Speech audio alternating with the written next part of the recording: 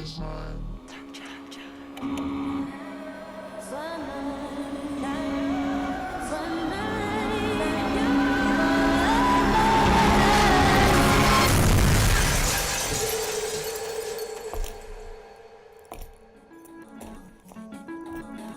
ready? I've been ready. What are we waiting for?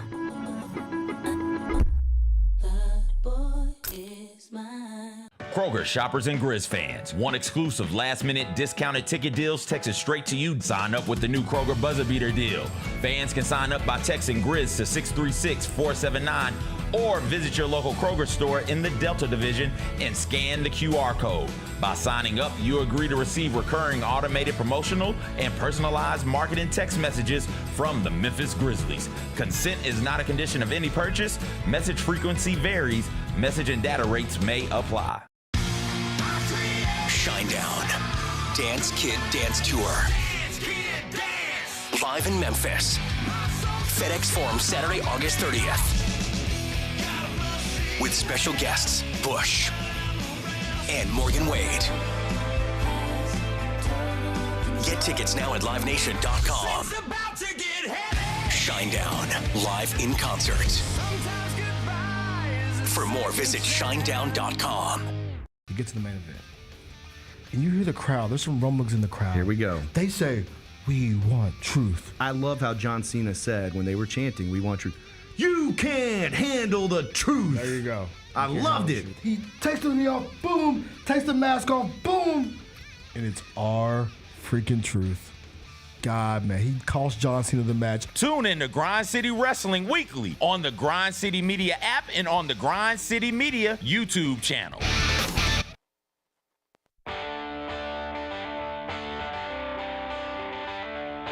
Live from the Built Ford Tough studio at FedEx Forum, it's the Gary Parrish Show, presented by Ortho South, on YouTube at Grind City Media and the official Grind City Media app. Now, here's your host, Gary Parrish.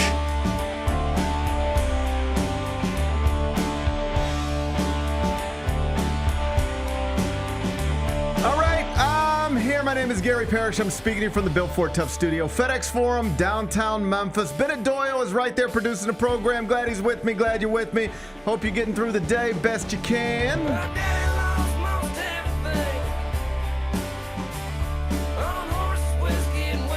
And I hope you appreciate greatness because we got another dose of it this weekend, courtesy of, who else? Scottie Scheffler, the world number one, won again. Incredible shot on 17. Basically secured the BMW championship. LeBron James on social media, blown away. Patrick Mahomes on social media, blown away. How awesome is it to sit around on a Sunday afternoon and impress multiple GOATs at the same time? That's what Scottie Scheffler did. We'll talk about it momentarily. First, though, quickly, let me set today's schedule for you. In the next segment, about 20 minutes, Michael Eaves is going to join me. He, of course, works for ESPN. You see him on SportsCenter. He joins me on Mondays in the second segment. I'll talk to him about a number of things, including the BMW championship that Scottie Scheffler won, plus the Cleveland Browns quarterback situation. They say they're going to have a starter name this week. Appears to be Joe Flacco. Will we see Shedeur Sanders at any point? I'll ask Michael Eaves that question. We're going to do it in the next segment. Finish talking to Michael Eaves, take a break, come back. Do 5 more things you need to know, at which point we're going to discuss 5 previously undiscussed stories. Among them, another round of NFL preseason games. It's in the books. Titans beat the Falcons 23-20 this weekend. Get Bennett's thoughts on that. We'll do it in about 40 minutes. Yeah, Scottie Scheffler won the BMW championship. Again, we'll get to that in a moment. But there was another interesting story connected to Sunday's final round, and it was about Ben Griffin and what he described as a creatine overdose. Woo! We'll play his explanation for you for why he got 6 over par in the first 3 holes yesterday. We'll do that in just a bit. A week before the regular season opener, Tennessee is named a starting quarterback. I'll tell you who it is. We'll do that a little later on in the show. Former two-sport college athlete Nolan McClain made his Major League Baseball debut this weekend. It went well, and it might have sparked his franchise, which was struggling before his arrival. It's an interesting situation that I think kind of is unique to baseball. I'll explain it to you. We'll do that in the third segment. And congrats to the University of Memphis women's soccer team. Beat Ole Miss this weekend at 3-2. They're now 2-0 on the season. Get you updated on that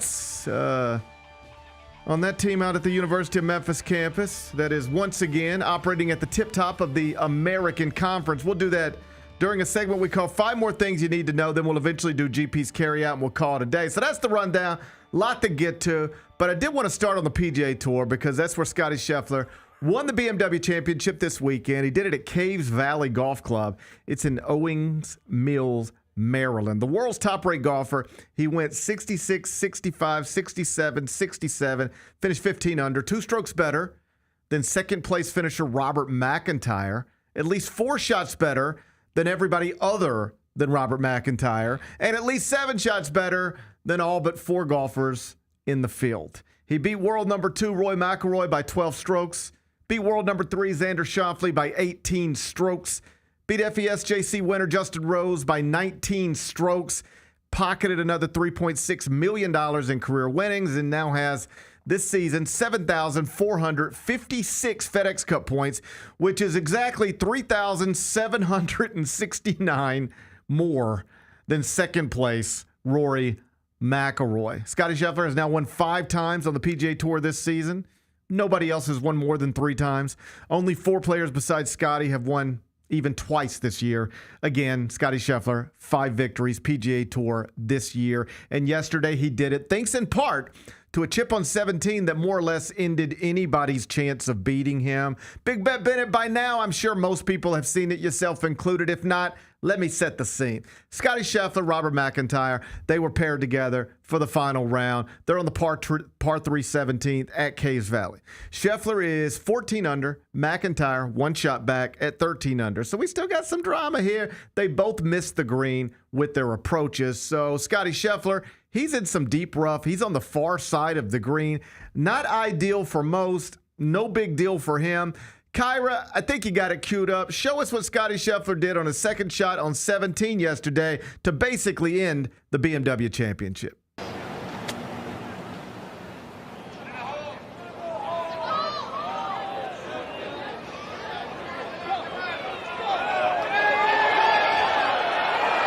at Scheffler. Can you believe what you just saw? Bobby Mack can't.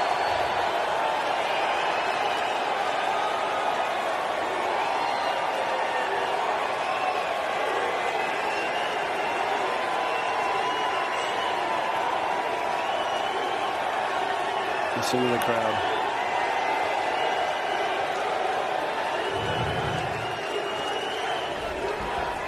Incredible stuff from world number 1. Had to go up with height here to slow the ball down this hill.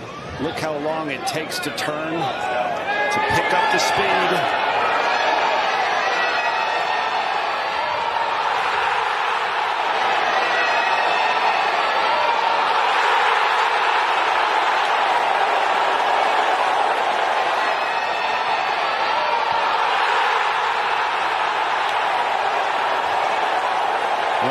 Time and again, he has done that or similar.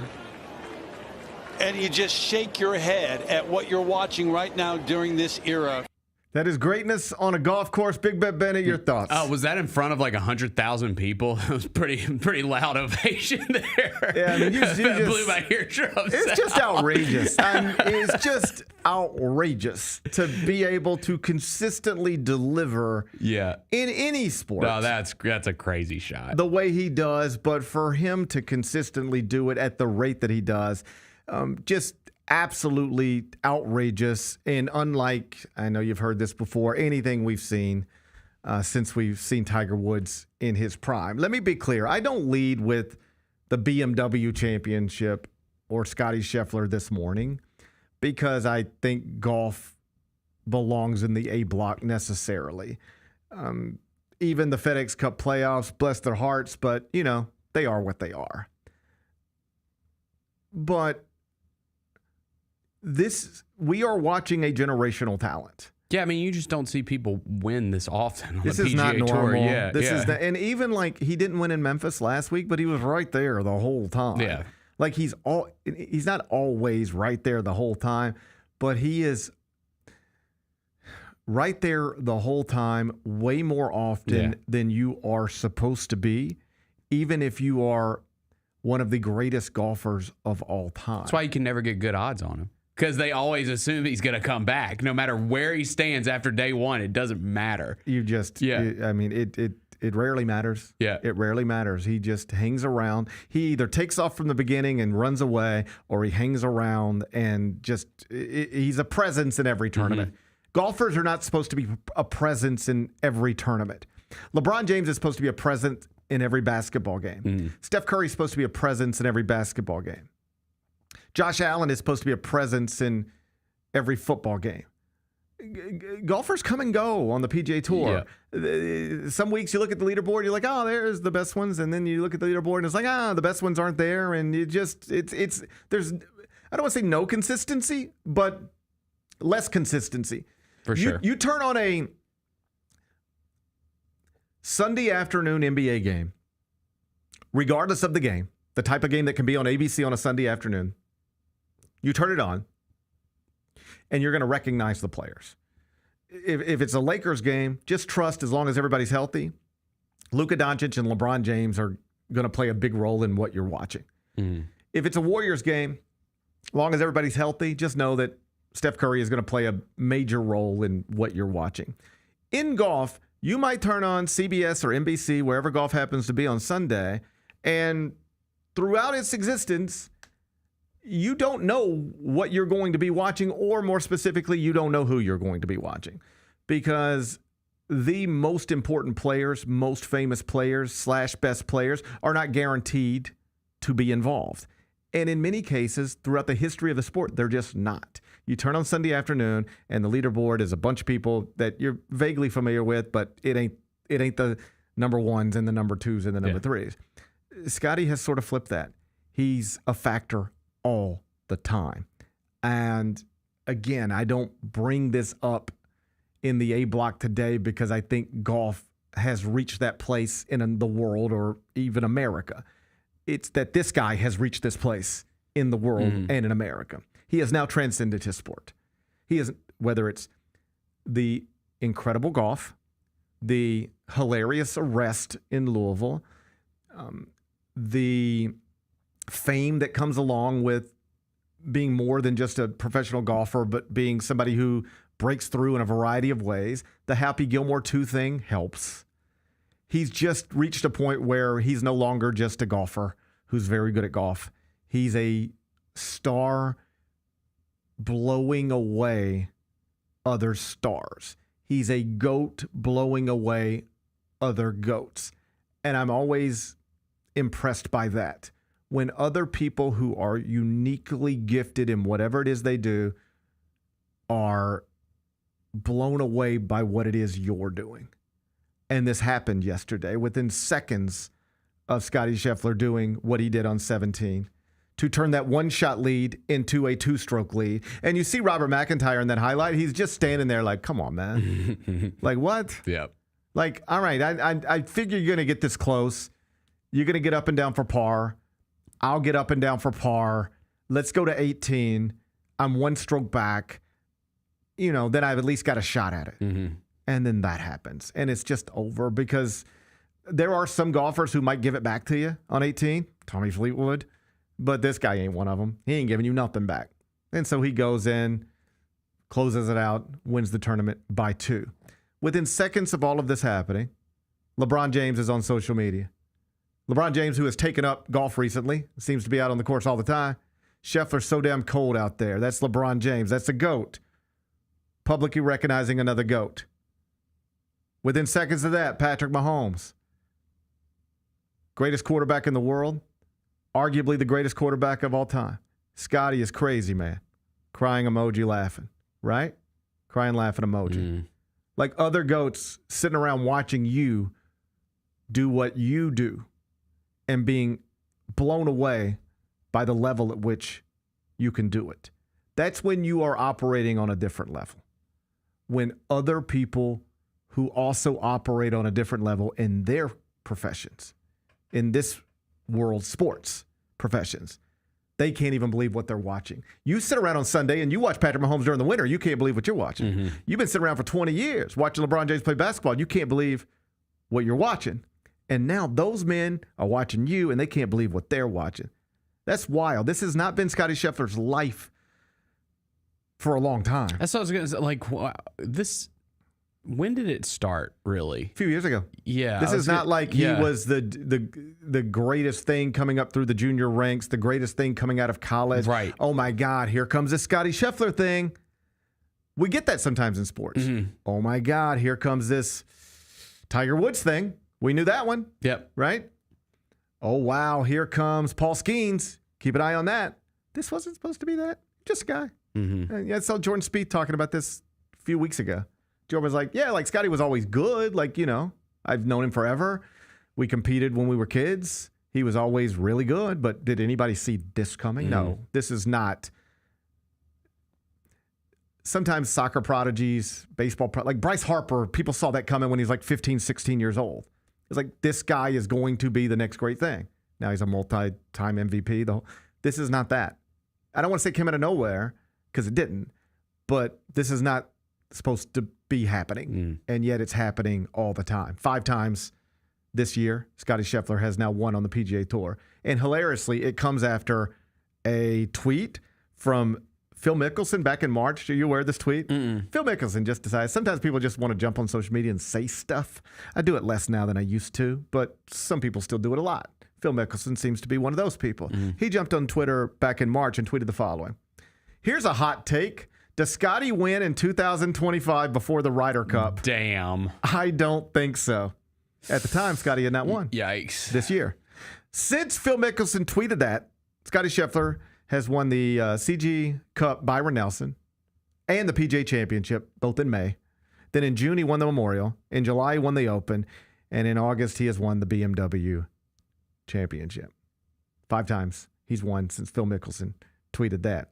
That's one of those that didn't age so well. No, not really. Scheffler has now won on the PGA Tour at least 5 times in back-to-back years. Only player in the past 4 decades to do that besides Tiger Woods. And oh, by the way, congratulations to Michael Cromie. Fill-in caddy for Scottie Scheffler this past weekend. Ted Lewis, you might remember, had to leave the FESJC last Saturday night because of a family issue. That's still something that Ted is reportedly dealing with. So he was not with Scottie in Maryland. So he got Michael Cromie, who is normally Chris Kirk's caddy, to fill in with him, carry the bag around for, a few days. You know what that pays? 10% of the $3.6 million purse, $360,000 just for carrying Scottie Scheffler's bag around for a few days. Being Scottie Scheffler's Sounds caddy, like a fun job. The best job. Yeah, you get to watch greatness and get paid 6 digits. Yeah, that works for me. And you just got clean it, clean his balls every once in a while. That's great. And I don't mean it in the way that might sound. I just mean I mean, shoot, depending on the money. For $367,000. Hey. For $367,000, Bennett. I'm just saying. I'm just saying too. He is a GOAT. It reminds me of being like a John Calipari assistant coach. All the John Calipari assistant coaches, they would always get labeled as a great recruiter. It's like, oh man, it's like, well, are they really great recruiters, or are they just evidence being they went to other schools and didn't recruit anybody? I have a great affection for all those men. Okay, I agree. I'm not bad about anybody. No, I'm not either. It's just like John Calipari would go out and sign the #1 recruit class in America and be like, man, his assistants are great. And it's like, but are they? Or they just happen to work besides John Calipari and they get to benefit from his greatness? I don't know. I'll let other people decide. But that's what it feels like being Scottie Scheffler's caddy. Is Michael Cromie really a great caddy? I don't know. But if you're Scottie Scheffler's caddy, you're probably going to be collecting trophies more often than anybody else's, regardless of whether you're a good caddy or not. So congrats to Michael Cromie. And Michael Eaves is up next. Let's check the over-under totals. Alabama, Georgia, and Texas all at 9.5. LSU, Ole Miss, Tennessee at 8.5. I love Ole Miss over the 8.5. I think Ole Miss can win 9. But Ole Miss, they're gonna, Ole Miss, they're gonna lose to Arkansas week. But they could go 9-3. Like Ole Miss winning 10 games They always is pull always some like crap like that. Ole Miss winning 10 can seem a bit of a stretch, but they can win 9. They're gonna lose at Kentucky week 2. The Odds Couple, live at 2 p.m. on YouTube at Grind City Media and the official Grind City Media app. Let's face it, there's a lot of trash talk in basketball, but the great teams let their performance do the talking. Like Ford F-150 with Pro Power on board, a class-exclusive industry-first feature that turns your truck into a mobile generator and leaves the competition speechless. Ford F-150, official truck of the Grizzlies. Greatness starts here at your Mid-South Ford dealer. Class is full-size pickups under 8,500 pounds, GBWR.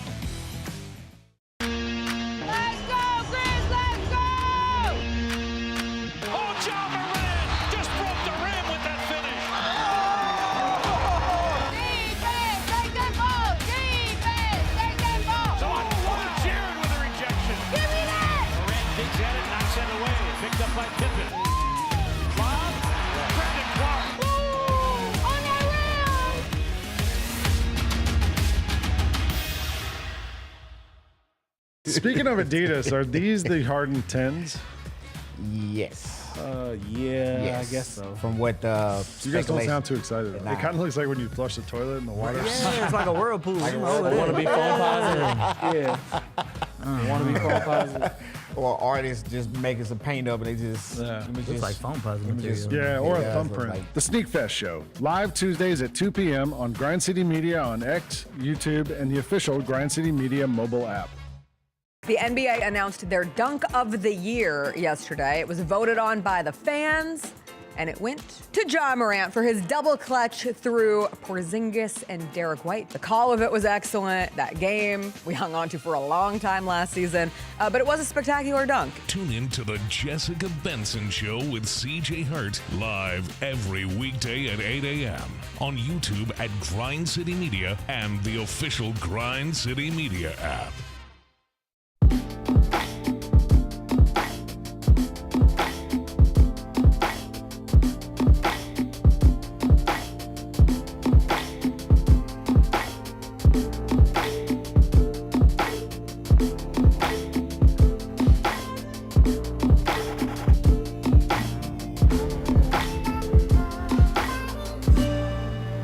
Welcome back, Gary Parrish Show, presented by Ortho South. We're inside the Built Ford Tough studio, FedEx Forum, downtown Memphis. And on Mondays in the second segment, I'm joined by Michael Eaves from ESPN. He's here right now. Michael Eaves, it's GP. How you doing on this Monday? I'm good, brother. What's cracking? Everything's good in my world. And listen, I guess there's nothing new to say about Scottie Scheffler, but that doesn't mean we shouldn't say it again. My God, he goes out. He's trailing by multiple shots heading into the fourth round, erases that pretty quickly. The chip in on 17, outrageous. Robert McIntyre standing there. And I guarantee you have a story, smaller stakes, sure, but you're standing around a green on 17 or 18. You're playing your buddy for some money, and somebody does something like that. It really does just deflate you. You're like, come on, man. It just rips everything out of you. What'd you make of what we saw yesterday from the world's greatest golfer? Well, I tweeted this afterwards, and I put in parentheses, Thanos voice, because if you're a fan of the Marvel films, Scottie Scheffler is inevitable. That's it. Yeah. If he's anywhere near close to the lead, the odds are at this point in his career that he's going to win. And that's what happened yesterday, because that was a 4-shot lead that McIntyre had to start the day. And it's not as if, he had never won before. Like, he's won multiple times. So this is a guy who's won PGA Tour events with a 4-shot lead going into the final 18 holes. And after the first hole, it was cut in half, right?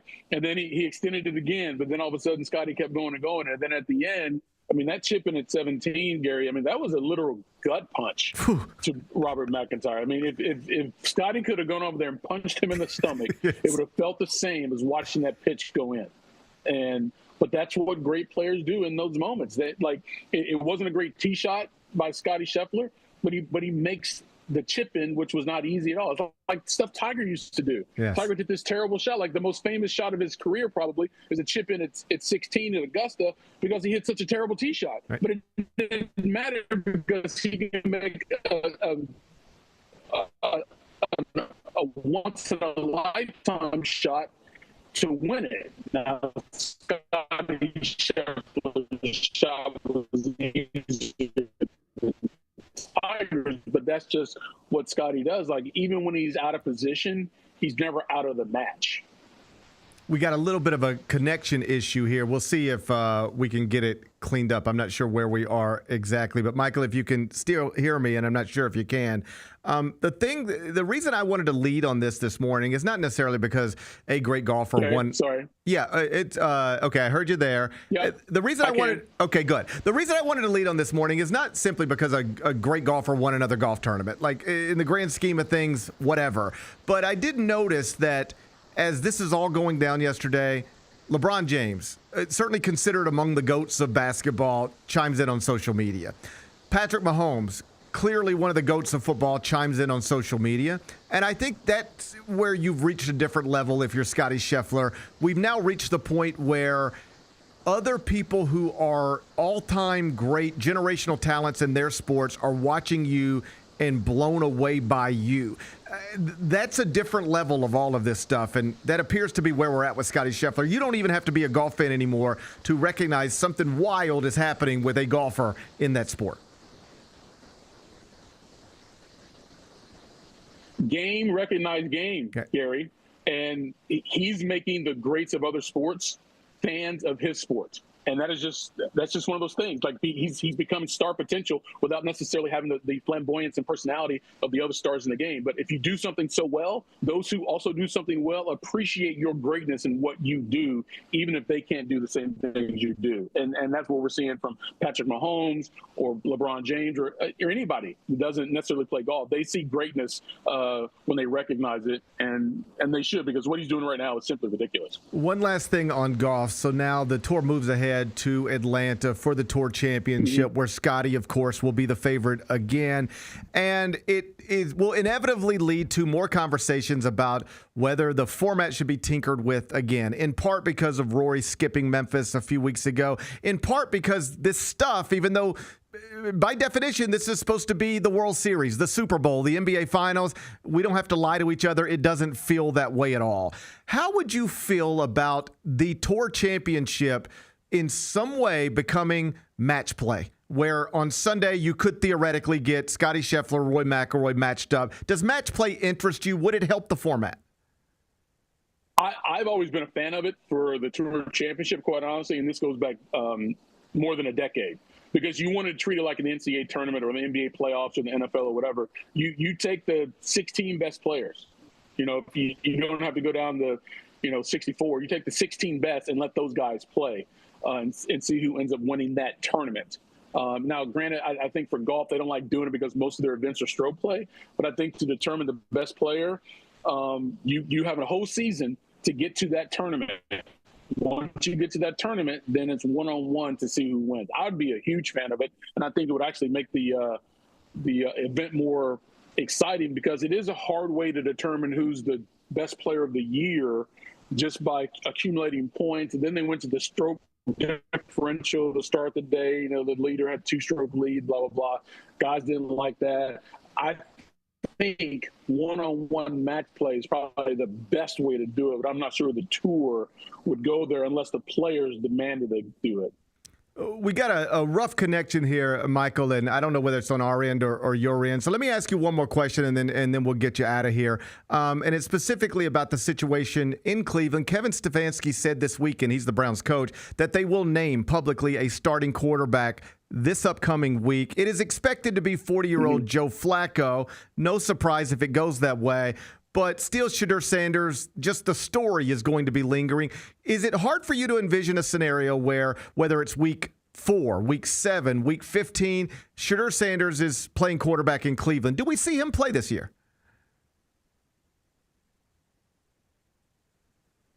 Flacco, I think he'd have to be really terrible or get injured for that to happen. And look, there's nothing wrong with Shedeur not playing his rookie year.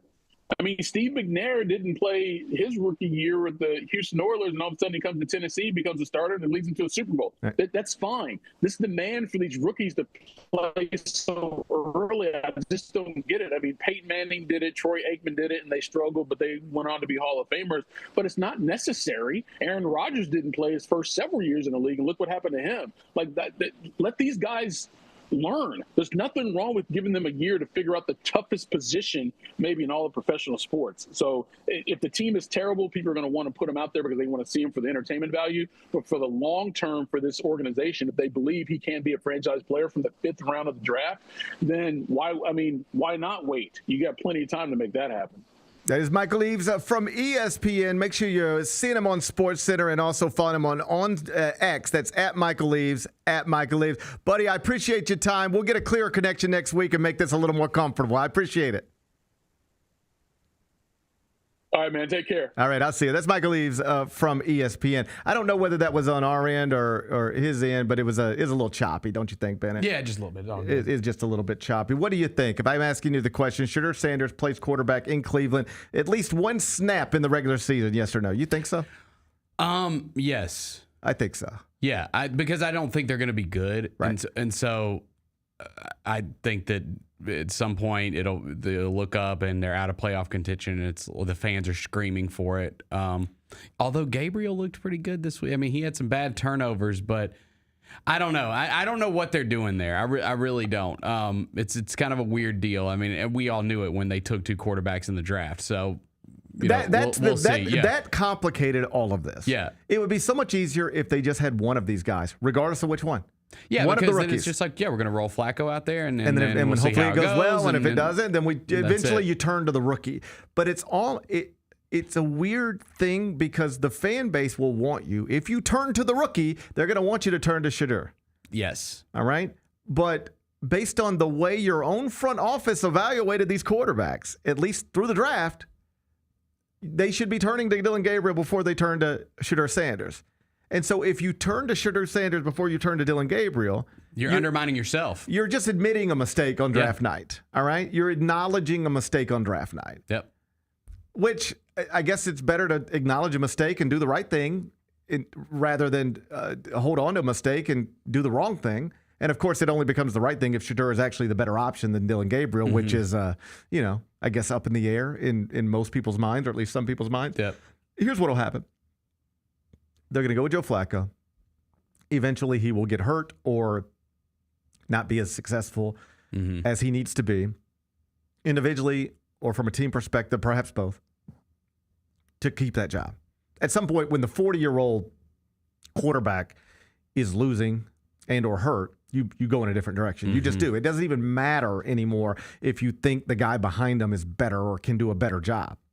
It's just at some point, you got to try something. Yep. If the first thing ain't working, you got to try something.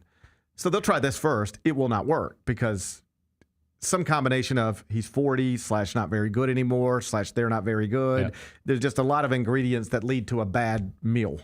So they'll get the bad meal. And then you'll switch it up. And then it'll go to Kenny Pickett or Dylan Gabriel, probably. But there's going to be somebody's not going to be good enough. Somebody going to get hurt. And it's just going to look up one Sunday. I believe this. And Shedeur Sanders is just going to be playing quarterback. I think so too. I mean, it's. I feel bad kind of for Dylan Gabriel because it's like, like I said, I watched a little bit of their game this weekend, and he wasn't bad. He had some bad turnovers, but he actually moved the ball down the field quite a bit on his first couple possessions. And it's like all that anybody in the fan base is holding on to is the turnovers, right? Like none of the positive. Like they didn't do him any favors. Yes, that's what I'm saying. Mean, it's a little bit. It's not the same thing. But Atlanta goes out and signs Kirk Cousins and then drafts a quarterback right behind him. It's like, what are we doing here? Like this, you're just complicating everybody's life. This isn't fun for anybody. This isn't ideal for anybody. I don't want to use the word fun. It's just not ideal for anybody. And this is like, if I'm Dylan Gabriel, I love that you took me in the 3rd round. I would have preferred not to be taken by you in the 3rd round if you're going to take somebody at the same position, particularly more high profile and famous and all that, 2 rounds behind me. So they didn't handle the draft right for whatever reason, and now they're caught in an unusual situation. But one way, somehow, some way, Shedeur Sanders is going to play quarterback in Cleveland in the regular season. I don't know exactly how, but it'll fall under the umbrella of what I just laid out. And then we'll see how it goes. And the truth is, most of these things don't work. All right? So I guess if I were betting, I would just bet against him, because the truth is, if you just bet against all quarterbacks that are You're going to win more often than not. You'll be right more often than not. I've said this before. In the NBA draft, if after every pick, if you were an analyst on the show, now you would be wrong, certainly some places, but you'd be right more often than you're wrong if you said nothing more than this. It takes no analysis. It just takes like history lesson and data.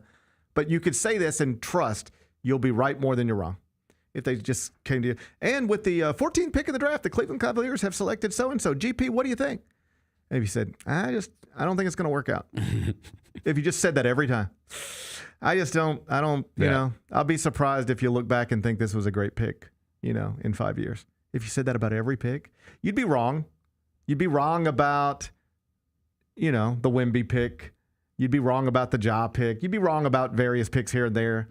But you'd be right more often than you were wrong if you just said, I don't know. I don't think it's going to work out. I'd be surprised if it works out, because most of these things do not work out. And it's especially true with quarterbacks. Yeah. Most of them don't work out. So if I had to bet, I'd bet against him, right? But here's the thing. You don't know. You don't know. There are a million examples of football franchises not having any idea what it is they had on the roster. Keep in mind, the Patriots didn't hand that job to Tom Brady. Right. Somebody got hurt. That's true. Somebody got hurt, and then they said, I guess we'll let Tom Brady try. Give it a try. And the rest, as they say, is history. And I'm not saying that's the way to work with Shooter Sanders, but eventually he'll get an opportunity, and then we'll see where it goes. And it could take off. There's examples of that. And it could just flame out. There's examples of that.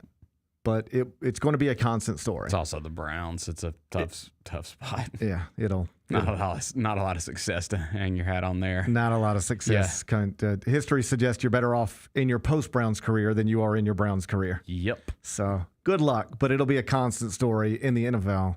The Shooter Sanders story is just going to be a story in the NFL until it's not, one way or another. When we come back, we'll stay on the NFL. Another whole round of preseason games in the books this weekend. The Titans won a game. Cam Ward played a little. I'll get Bennett's thoughts on that. We'll do it next. Gary Parrish Show presented by Ortho South. Preseason Box to Row Coaches Poll has come out. Jackson State sits there at number 1. This is the third time in the poll's history that Jackson State has been the preseason number 1 team in the nation. And then Tennessee State being at 5, that really surprised me. Get all of your HBCU sports and culture news by tuning in to HBCU Huddle with CJ Hurt and Mike Wallace. New episodes drop every Thursday on grindcitymedia.com, YouTube, and Spotify.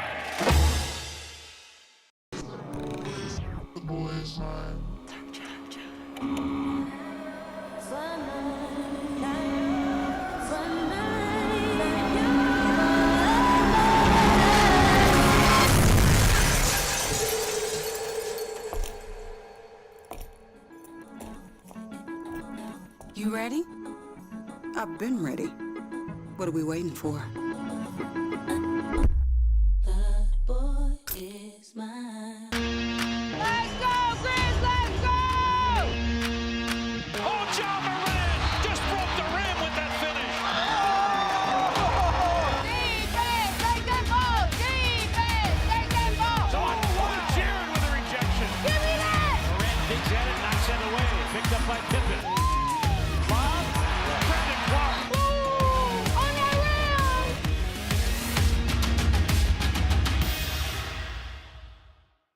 Sonic Radio. Welcome back to Sonic RNDIO. That spells radio with me, the CIO. This just in, the new Sonic $1.99 menu lets you build a crave-worthy meal for just $1.99 an item, whether that's a creamy shake, crispy tots, or a quarter-pound double cheeseburger. This just out. Ostriches. They're mean, not very cute, and in my opinion, way too big for a bird. Don't miss the Sonic Fun 99 menu. 5 items, always $1.99. Live free, eat Sonic. Tax not included. See menu for details.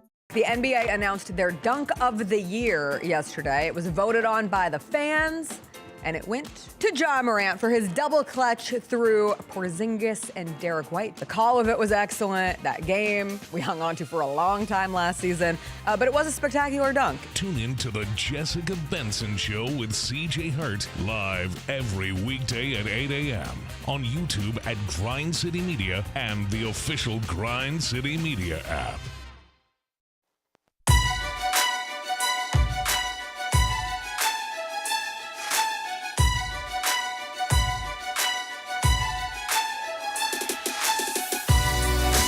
Orthopedic injuries can be unpredictable, unforeseen, and unscheduled, and Ortho South understands this better than anyone. Since your injuries don't make appointments, you don't need to either, and that's because Ortho South welcomes walk-ins during the weekdays, in the evenings, and even on Saturdays. So next time an unforeseen injury makes an unscheduled appearance in your life, visit orthosouth.org to find your nearest urgent care locations. Just walk in, and Ortho South will take care of everything, especially you. Learn more at orthosouth.org. That's orthosouth at orthosouth.org. Now I got 5 more things you need to know. Number 1. Got another whole round of NFL preseason games this weekend, including the Titans over the Falcons. Final score 23-20. Titans now 1-1 in the preseason. Falcons dropped to 0-2. Cam Ward, the number 1 overall pick of the 2025 NFL draft, who also wears number 1. He was 2 of 7 from the field, 42 yards. What do you make of that? Well, his stupid receivers can't stop dropping the ball. That's sort of catching passes. We've already reached the point where we're blaming the receivers. Come on, Van Jefferson, you're a veteran. Easy target. Always an easy target. No, I mean, listen, he's had an up and down preseason so far.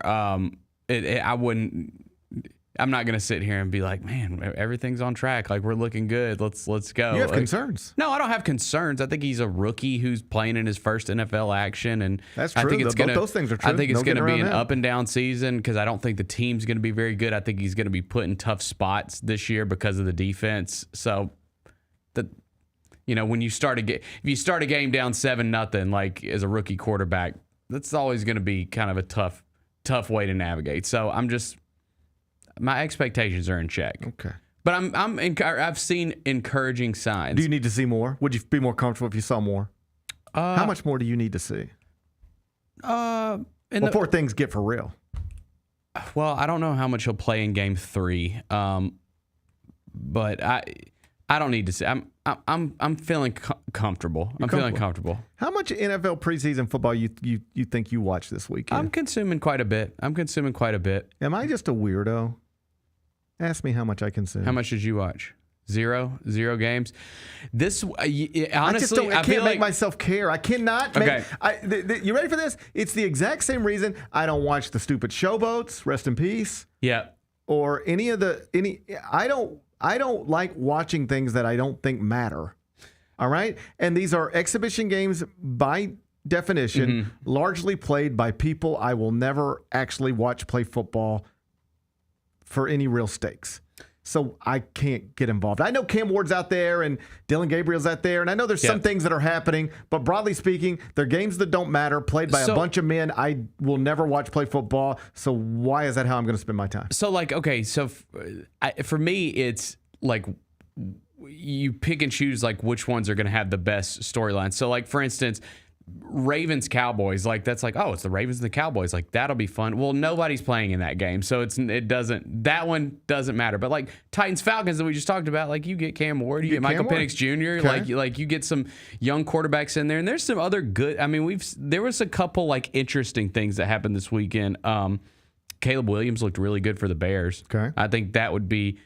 I would at least feel a sense of relief seeing him if I was a Bears fan, because all reports out of like preseason and training camp are, I don't know. Like this is supposed to be the year for him, right? At some point you got to do it. Yeah, at some point you got to do it. And so he had a really nice game the other night. You've got a quarterback competition in New Orleans. As far as like some of the young guys, we talked about Dylan Gabriel. Anthony Richardson looks like he's going to get that Colts job over Daniel Jones, which I think it was always kind of trending that way. Justin Fields looks really bad for the Jets, but again, it's the Jets. It's the Jets and it's Justin Fields. So that's like, what else how were they?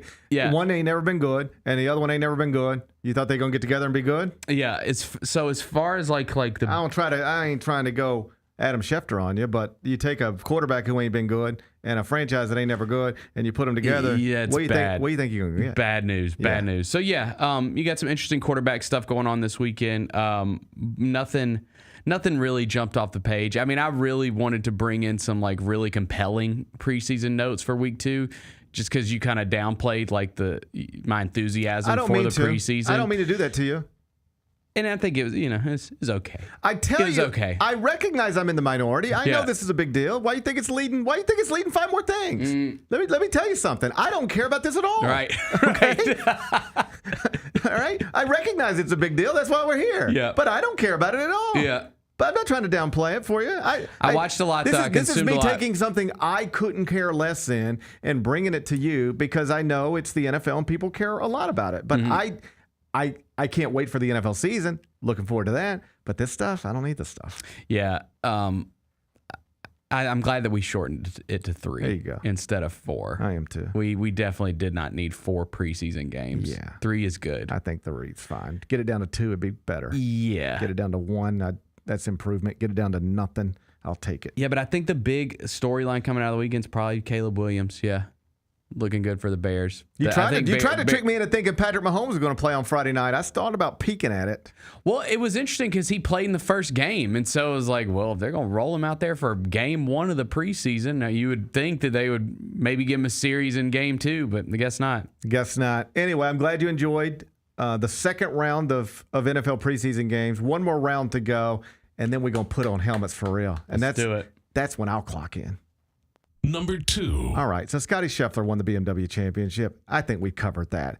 Interesting little story in the final round yesterday. Are you familiar with the Ben Griffin story? No, what's going on, Ben? Okay, so this is wild. I'm doing whatever I did yesterday, and at some point I get a text from my buddy Brad P. in like the group text, and he's like, "Dude, Ben Griffin just 4-putted from 4 feet." I'm like, "What?" Because that's even hard for like us to do. Mm-hmm. And so Ben Griffin goes out there yesterday.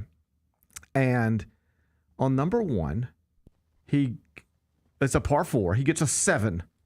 All right, that's not supposed to happen. On number 2, he 4-putts and gets a 7 on number 1. Mm-hmm. On number 2, hits the ball way out of bounds and gets a 6. Then he also bogeys number 3. This dude was legitimately on the round 6 over par through 3. Do you understand? If that happened to me, I would be frustrated. This is Ben Griffin. Yeah. This is one of the best golfers in the world. Mm-hmm. Now, he recovered after that and ends up shooting a 69. So he shoots 1 under par for the day after starting his round 6 under through the first 3 holes. So he meets with the media after the round, and they ask him, like, what was going on with you in the first 3 holes? And Kyra, here's the explanation. Watch this. Ben, you were 6 over through 3 holes, finished 1 under. What the heck happened? Yeah, it's kind of an interesting story. So I take creatine as a supplement, and this morning I didn't take it until I basically teed off on 1, and I was at the end of my batch, and I had this like basically a snowball of creatine. So it'd been in my bucket for probably like a month, and I like broke it up and put it in my water bottle, whatever. Like I'm all good. Like I've taken creatine on the golf course before, it's fine. But I started taking it after my second shot, and I accidentally swallowed like one of the big rocks kind of that was in my water bottle. And I've never overdosed on creatine before, but I think I did in the moment because I didn't really drink any water after that. I basically just inhaled like a snowball. And so I started getting like super shaky, and I've never felt like this before, and I literally felt like I had tremors. And I 4-putted 1, and then on 2 I like was freaking out and didn't know what to do, and I like hit it so far out of bounds. And then like luckily my caddy stepped in and like made me chug a whole water and like honestly like try to calm down a little bit. And then I hit the other one in play, and then I was fine. I ended up making a double on that hole, and I bogeyed the next hole. Honestly, it was probably more just like a little bit flustered, but I was fine honestly after the second shot on 2. And then I felt good, and so I went about my day and got it back to under par. But yeah, pretty crazy story. I don't think I'll be taking too much creatine in the future. I will take it, but not in the amount that I probably did on the golf course, which wasn't probably a healthy amount. Okay, so was he talking about creatine or something else? Because the way he just described that whole situation sounded a little like something else to me. All right. I've heard people say that exact same thing, but they were talking about something else. You might not be able to tell just by looking at me. A snowball. You might not be able to tell by looking at me, but I never take creatine. Well, he doesn't look like the most muscular guy I've ever seen in my life. I don't understand what's happening. I thought creatine was supposed to make you like jacked. I don't know what it does. I don't know. I don't know what it does either. I know. I was looking it up while we were watching people this. who want to be strong take it. I think that's what happens. Like if you want to be strong, you take creatine. Here's what I remember. Here's what I remember. I think I remember people when I was young taking it. All planned around like going to Florida for spring break. Mm-hmm. They wanted to make sure they looked their strongest for spring break in Florida. Mm-hmm. They wanted to make sure by the time they pulled into Panama City, they looked their strongest. Yeah. So they might dabble in a little creatine. Yeah. And then it was always the skinny guys banging everybody anyway. So it never made sense to me. You know what I'm saying? Never really made sense to me. But that's what I remember. Guys like they were trying to get ready for Panama City, so they'd have to get on their creatine. Yeah. And then I think Mark McGwire probably dabbled in it a little bit when he was trying to hit home runs. That was stuff. creatine? I don't know. I mean, I think he was doing something a little stronger. Probably than that. a little bit more than that, but you get the point. But on a very basic level, this guy's body reacted crazy to what appears to be too much creatine at one time. And he couldn't putt. And he couldn't hit a golf ball anymore. And he had to get it out of his system or at least let it calm down. Mm-hmm.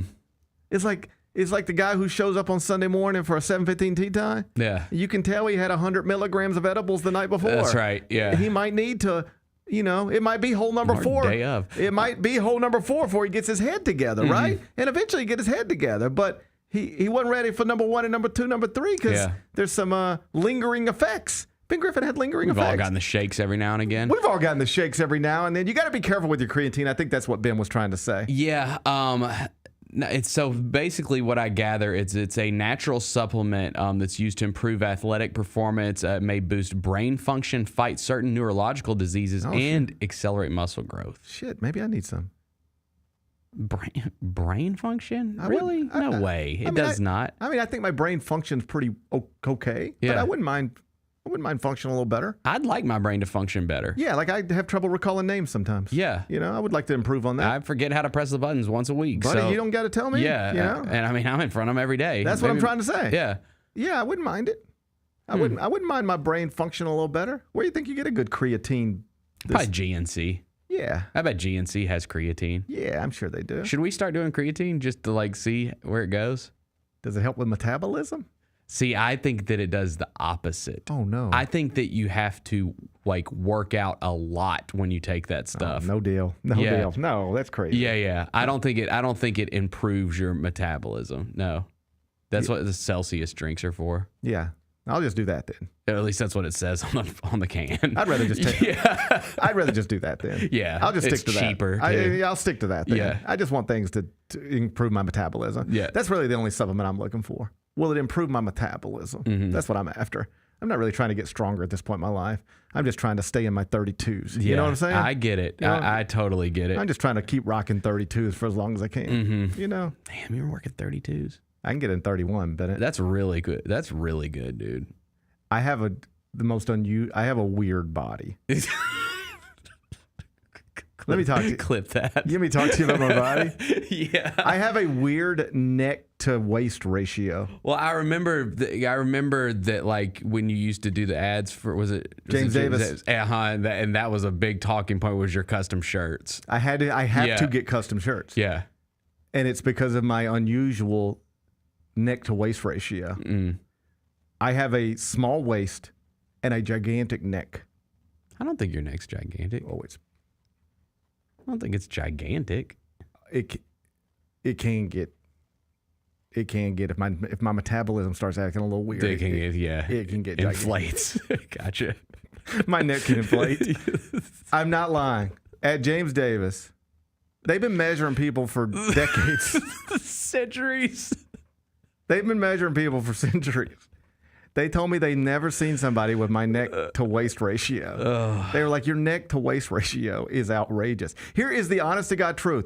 If I were to go into a store and buy just off the rack a dress shirt. Like, hey, let's pretend I don't have suits and shirts and stuff. I'm just a fella. Yeah. You know, like some fellas. Some fellas don't have shirts and ties and suits and stuff, you know? Why would you need them? Let's pretend I'm one of them fellas.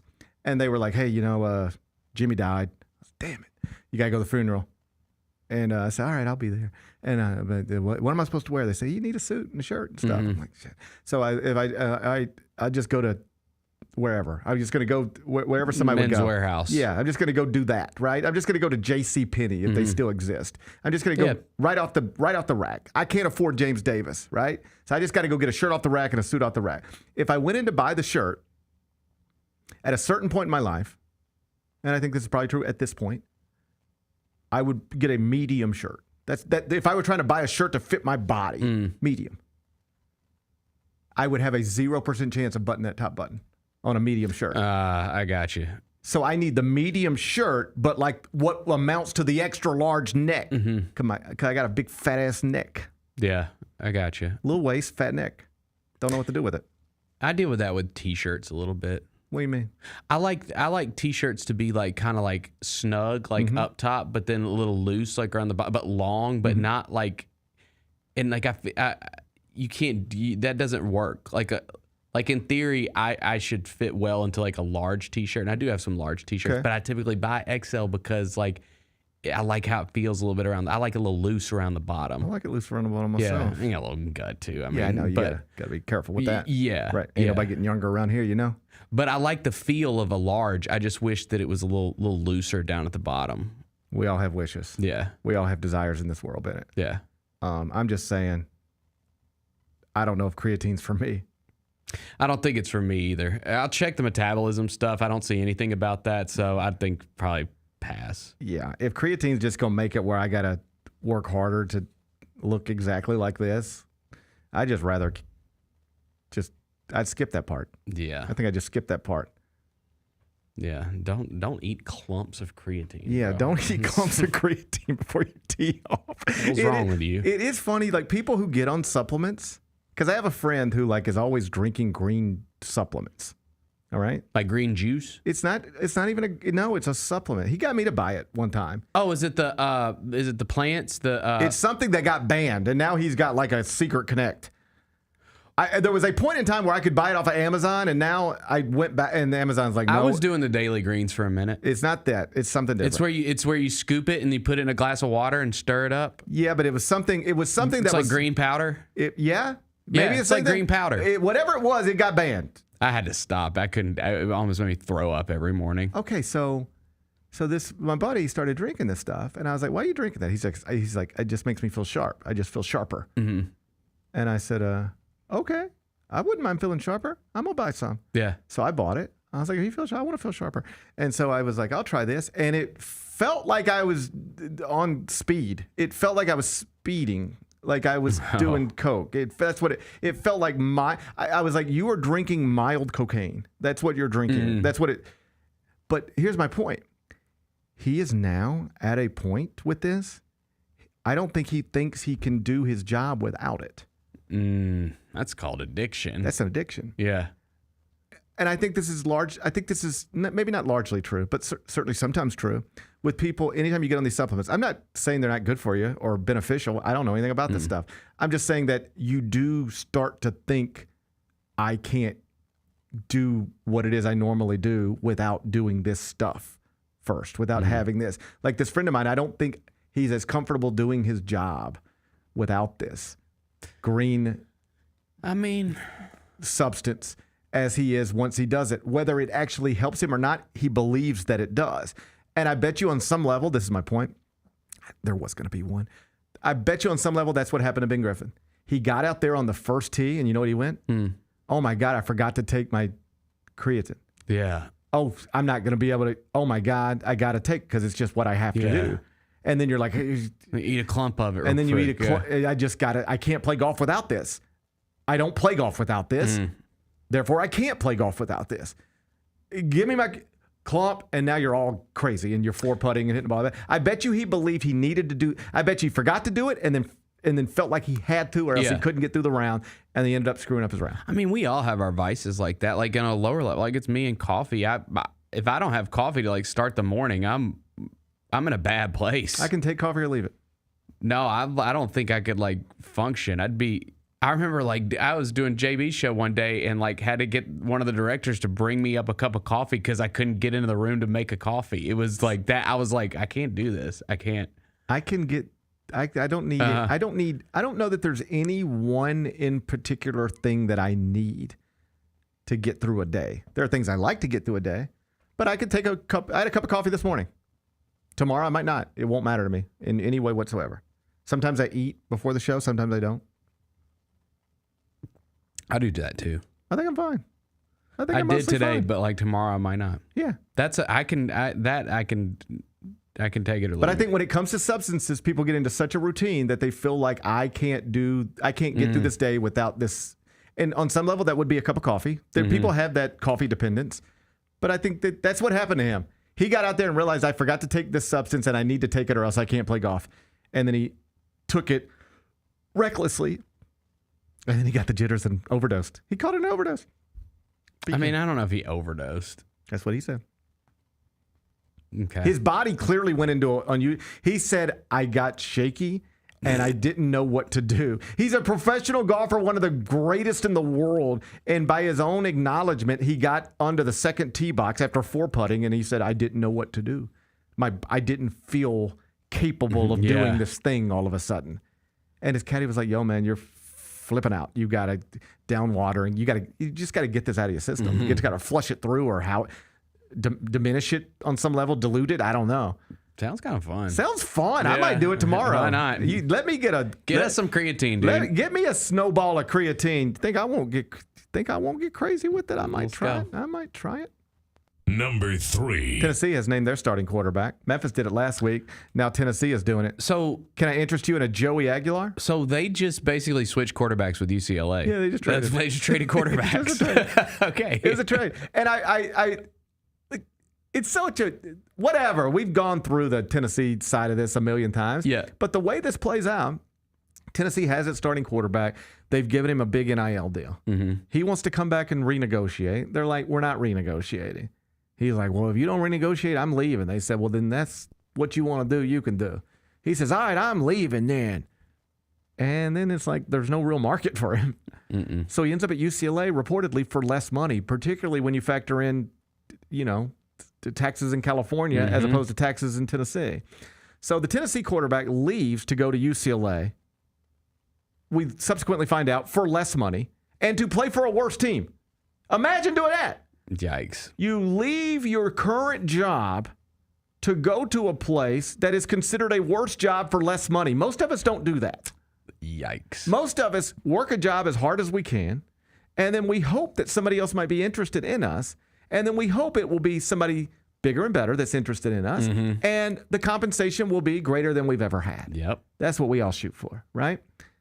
This fella at Tennessee, not so much. He took a worse job in a worse league, arguably. He took a worse job in a worse league for a worse program for less money. That's hustling backwards. I would call it that, yes. Meantime, Joey Aguilar is at UCLA. He's already there. And he's like, well, he's set to be the starting quarterback at UCLA. And then UCLA recognizes, well, the Tennessee quarterback, he's mad at him in Knoxville. He's available, and he ain't great. That's why Tennessee ain't trying to give him a raise, but he's better than the guy we got here, Joey Aguilar. So let's just bring him in. And then Joey Aguilar is well, hell, I thought I was the starting quarterback out here in Westwood. Well, all right, well, if you're bringing in this guy, clearly it's to start over me. I'm going to see if anybody else is looking for a starting quarterback. And you know what Tennessee said? We are, because we just lost ours to he's now your neighbor. He's now in your quarterback room. So they really did just trade quarterbacks. But who is better for it? It doesn't take UCLA into the preseason top 25. No. It doesn't make either one of these guys Heisman candidates. One of them lost money going west to play for it. Like, it's just weird. It's just very strange. It's just a sign of the times, perhaps, in college football. I think you're right. But Tennessee, they got Tennessee, they got their starting quarterback. It's former UCLA commit, Joey Aguilar. He's QB1 in Knoxville. Number 4. Nolan McClain made his MLB debut this weekend for the New York Mets. And I promise you, I'm not talking about this because it's the New York Mets. I know you don't care. I know most people don't care. I think this is interesting, though, and sort of unique to baseball. You familiar with the story at all? No. Okay. So the Mets have let me just back up. The Mets went out and signed Juan Soto in the offseason and created a top 2 payroll in baseball, and then it got off to a wonderful start and was leading the NL East, and things were going great. At some point, starting pitchers stopped pitching well, bullpen stopped pitching well, middle of the lineup stopped hitting, and buddy, they spiraled. I don't have the exact numbers in front of me, but just know this is true. Since the Mets started whatever, since that day, they got the second worst record in baseball. Yeah, it's been bad. So spiraling, they've been blowing leads. They're falling further and further back in the NL East behind the Phillies, having a fight for a wild card spot, which didn't even seem like that was something they were going to have to fight for. Now they're in a fight for a wild card. So this weekend they decide, we got to do something. And they bring up a former third-round pick from the 2023 draft, so just a couple years ago, named Nolan McClain. I think he's 24 years old. Played both football and baseball at Oklahoma State. Never actually appeared in a football game, but he was part of the football program, then gave it up to be a two-way baseball player. He played the field and pitched. By the time he got to the Mets organization, he's mostly just settled into being a pitcher. And they call him up this weekend, and he was terrific. Went 5 1/3, only allowed 2 hits, struck out 8, gave up 0 earned runs, snapped a losing streak, lifted the Mets to a 3-1 victory. And Carlos Mendoza, the Mets manager, after the game, he was like, I can't tell you how important this is. Like, this young man just came in here and just re-energized the entire clubhouse. Like, we feel like we might have something now. Like we're trying to figure out who we're starting in game 1 of a series, game 2 of a series, game 3 of a series, and it's been a struggle lately, and we might have just found somebody who can be a difference, not only in this game that we just played, but every 5 days going forward, and perhaps into the postseason as well. And what's interesting about it is this is a thing that happens in baseball that just does not happen in other American sports that we follow. And I want to be clear you understand what I'm talking about. Imagine if this were the NBA. This is what we're most used to talking about. So let's put it in NBA terms. Let's say the Grizzlies are really good. They're really just humming along. Yeah, let's say it was like last season. They're second in the West for a long period of time. All right? And then it just starts to spiral, goes the wrong way. Somebody's hurt, another guy's hurt, losing streak, might have to fire the coach, all the stuff that actually happened. Imagine if this were something that could happen, because it does happen in baseball, and it just happened this weekend.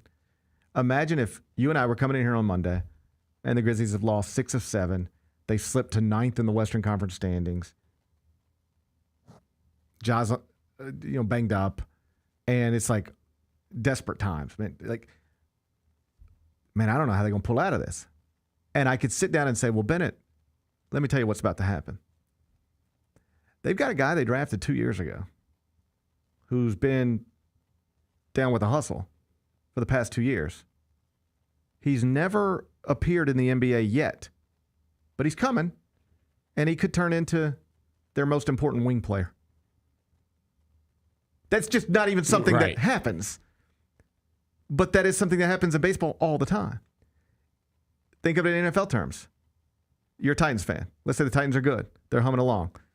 They lose 4 or 5. Quarterback issue. They don't know what to do there. Starting quarterback's hurt. Another guy can't stop throwing it to the other team.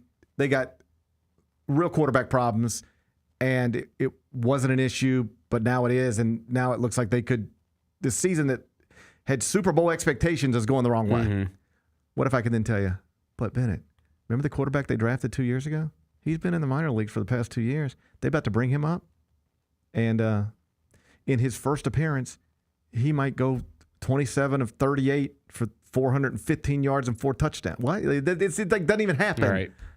The idea that somebody who has never played in your league could be the difference in your season when there's only a couple of months left in the season is not something that happens in the NFL. It's not something that happens in the NBA. but it is something that happens in Major League Baseball because of the nature of the way they develop prospects. There's a local connection to this a few years ago. The Rays are in the playoffs. They have a late season call-up of a minor league star, former Redbird, Randy Arozarena. Oh, yeah. And he was awesome, yeah. He went from, I've never played in the major leagues 2 months ago, to I'm now the star. I'm setting Major League Baseball playoff records. Perhaps that's the best way to help you understand what it is I'm talking about. Imagine there's a month left in the NBA season. The Grizzlies call up somebody from the hustle who has never appeared in the NBA. And he goes on, that player goes on to set NBA playoff records in the same year. That's what Randy Arozarena did.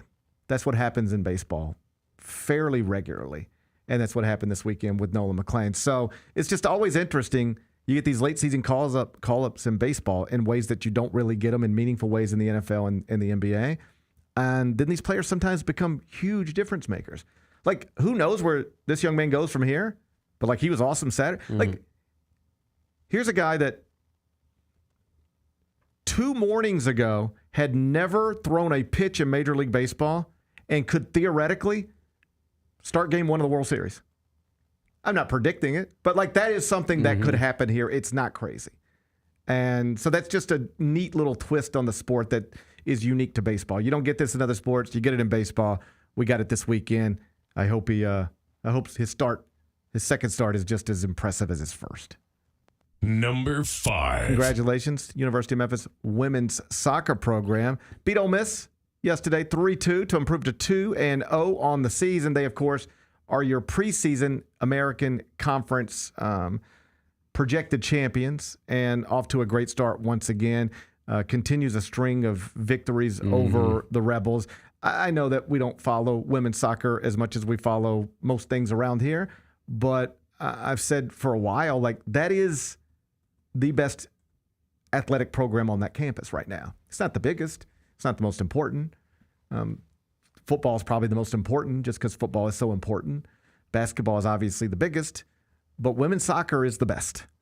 And there was an interesting story, I guess it was maybe last week, in the commercial appeal from Jonah Dillon, our pal Jonah Dillon, who joins us in studio every once in a while.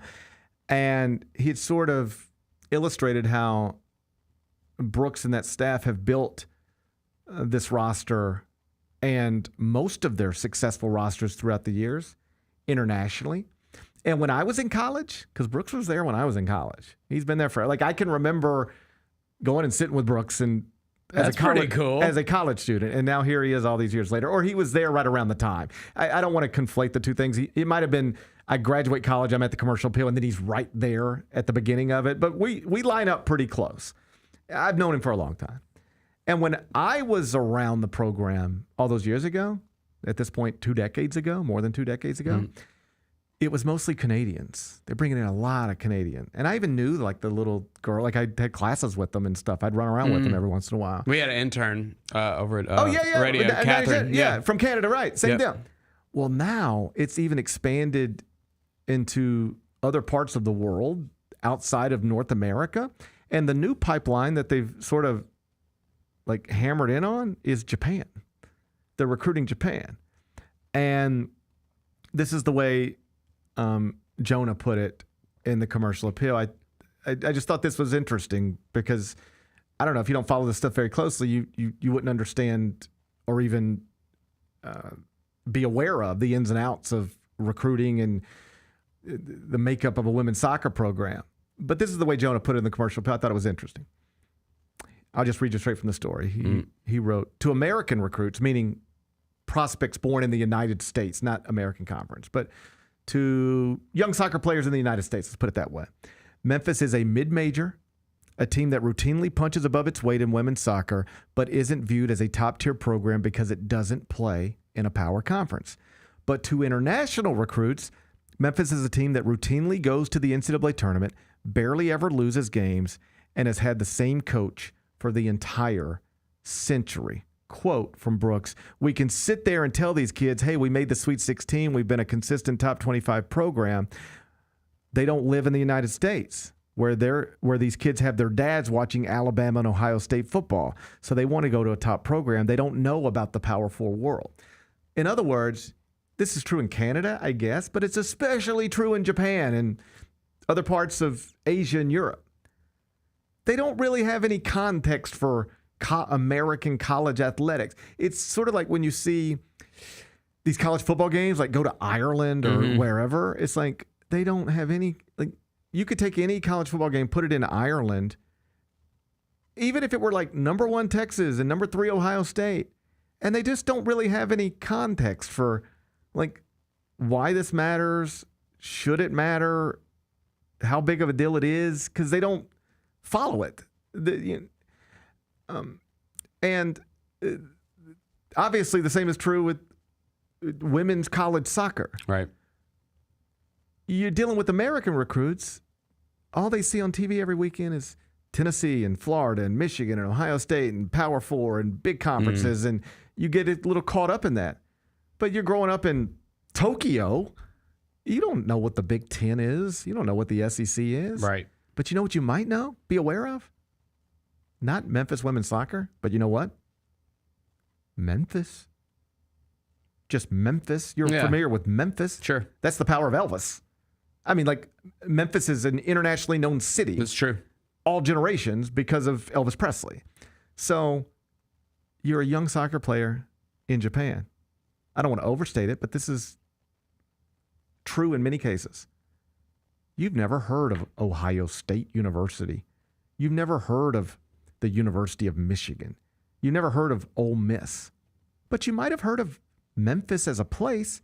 And when you start looking into the soccer program that's at the University of Memphis, my God, this is one of the greatest women's soccer programs in America. Yeah. You don't even know or care or get caught up in, yeah, but it's not in the SEC or the Big Ten. You don't even know what the SEC and the Big Ten is. All you're thinking about is, I can go to Memphis. I know Memphis. My grandparents, they loved Elvis. Again, I'm connecting a lot of dots here, but I'm familiar with there's a place called Memphis. And in this place called Memphis, they've got one of the greatest women's college soccer programs that exist. I'm interested in that one. According to Brooks, you've got more of an inroad there, just from the jump, than you do if you're trying to recruit American-born players who are, understandably so, enamored with all of the things that come with Power 4 athletics. You know, it's a little bit of a different world. It just is. But in Japan or in other parts of the world, you might not be aware of that or even care that much. And he and his staff have really been able to make an impact. And just as Brooks puts in the story, as he puts it, like leaving no stone unturned. And so, you know, I never tell people or rarely try to tell people what to do with their time and with their money. But like, if you have kids out here, particularly kids who play soccer, which, like, there's a million of those, you have one of the greatest soccer programs in Division I, like right here. It's in our town. Yeah. It's in our town. They're also getting a big upgrade to their stadium. That's right. Yeah. So this is all good stuff. I just couldn't be happier for Brooks. Anything good that happens on that campus is good things for the city. And I didn't want to let it pass that they have started this season with all the normal accolades, but also with 2 victories against 0 defeats. Another win over an SEC program just yesterday. Be back with GP's Carryout. What is the biggest Summer League accomplishment so far for this Grizzlies team? Tuomas Isalo filling out his coaching staff. The Ryan Saunders hiring was essential. It was big time. You have a veteran NBA voice there. Hey, Grizzlies fans, be sure to tune in to Grizzbeat, where the panel and I break down all things Grizzlies and take a look at the rest of the NBA as well. The show is live every Wednesday, 2 p.m. on YouTube at Grind City Media and the official Grind City Media app. Kroger shoppers and Grizz fans. Want exclusive last-minute discounted ticket deals texted straight to you? Sign up with the new Kroger Buzzer Beater deal. Fans can sign up by texting Grizz to 636-479 or visit your local Kroger store in the Delta Division and scan the QR code. By signing up, you agree to receive recurring automated promotional and personalized marketing text messages from the Memphis Grizzlies. Consent is not a condition of any purchase. Message frequency varies. Message and data rates may apply. Shinedown. Dance Kid Dance Tour. Live in Memphis. FedEx Forum, Saturday, August 30th. with special guests Bush and Morgan Wade. Get tickets now at livenation.com. Shinedown, live in concert. For more, visit shinedown.com. Let's check the over-under totals. Alabama, Georgia, and Texas all at 9.5. LSU, Ole Miss, Tennessee at 8.5. I love Ole Miss over the 8.5. I think Ole Miss can win 9. But Ole Miss, they're gonna, Ole Miss, they're gonna lose to Arkansas week. But they could go 9-3. Like Ole Miss winning 10 games They always is pull always some like crap like that. Ole Miss winning 10 can seem a bit of a stretch, but they can win 9. They're gonna lose at Kentucky week 2. The Odds Couple, live at 2 p.m. on YouTube at Grind City Media and the official Grind City Media app. Speaking of Adidas, are these the Harden 10s? Yes. Yeah, Yes. I guess so. From what You guys don't speculation- sound too excited. It kind of looks like when you flush the toilet in the water. Yeah, it's like a whirlpool. I want to be phone positive. Yeah. Want to be phone positive. Or artists just making some paint up and they just It's like phone positive material. Yeah, or a Yeah, thumbprint. like- The Sneak Fest Show, live Tuesdays at 2 p.m. on Grind City Media on X, YouTube, and the official Grind City Media mobile app.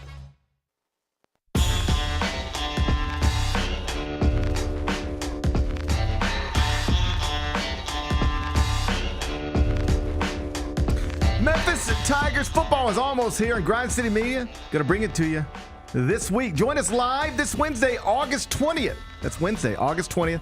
We're going to be out of Tigers football practice starting at 8 a.m. You're going to hear from coaches, players, athletic director Ed Scott. Dr. Scott is, I believe, scheduled to join me on Wednesday afternoon.